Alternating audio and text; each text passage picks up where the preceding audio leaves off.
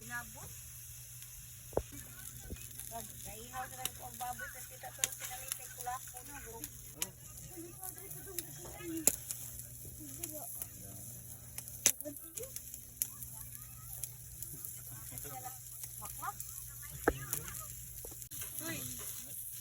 May baboy ihaw dito.